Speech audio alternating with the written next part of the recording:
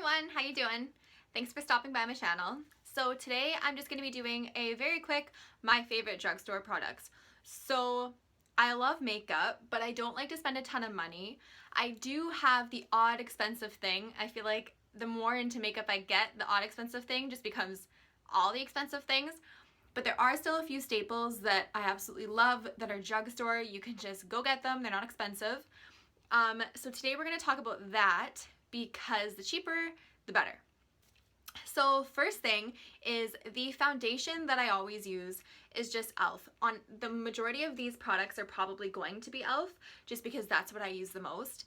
This is the color Sand and it's really good. I have combination skin. I have really oily skin and I get lots of breakouts, and I find that this doesn't make it any worse.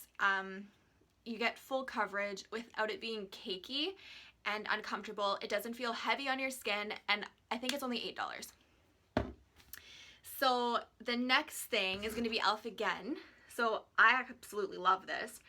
It's half blush, half bronzer, and it works so well. It works so well. It's super pigmented. This is the bronzer here, and this is the blush part here. The blush is more of a light shimmer, but the bronzer really does the trick. And it's only $6. Now there is a little bit of a Canadian exchange rate. I'm sure it's cheaper in the US. Here, our Walmart is the one that carries e.l.f. And I know that if you go on to Shop Miss A or even the e.l.f. website, it's a little bit cheaper than what we will end up spending here. But it's still super cheap and it's still worth it. The other e.l.f. product that I kind of swear by is their Makeup Remover Cleansing Cloths. They're awesome. They work so well. And even here with an exchange, they're still only $3. They're $3 for 20 of them, and that's a steal. I use the Aveeno skincare, and it's almost $10 for the exact same amount in a package.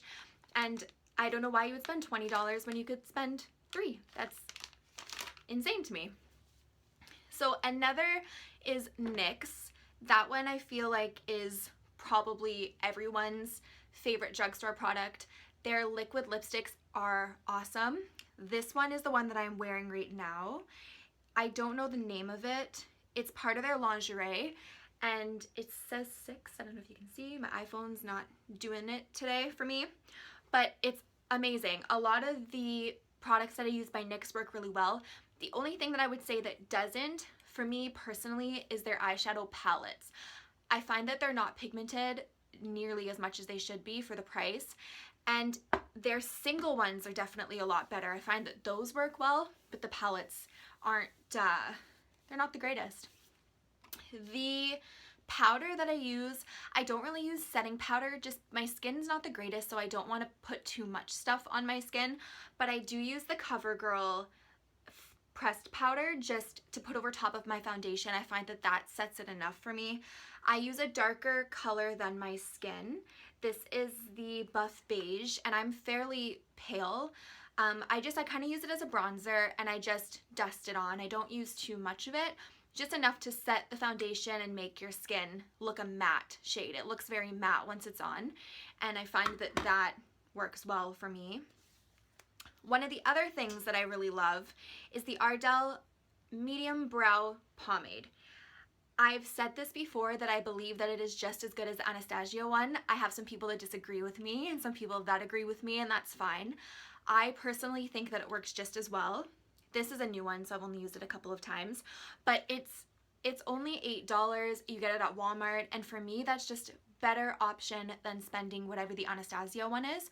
Just, it works the same. I have both, and I almost prefer this one.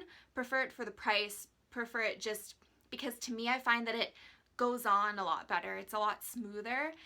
It may not be as pigmented and you might have to use more, so I think that might be the only downside, is that you might not get as much for your money, but it lasts forever. The only thing, do not leave the lid off. I leave the lid off and then it becomes chunky, and that's happened to me a couple times. So that's the only downside. It's not going to go as far, but even with it not going as far, you'll still get more for your money than you will getting the other makeup brand.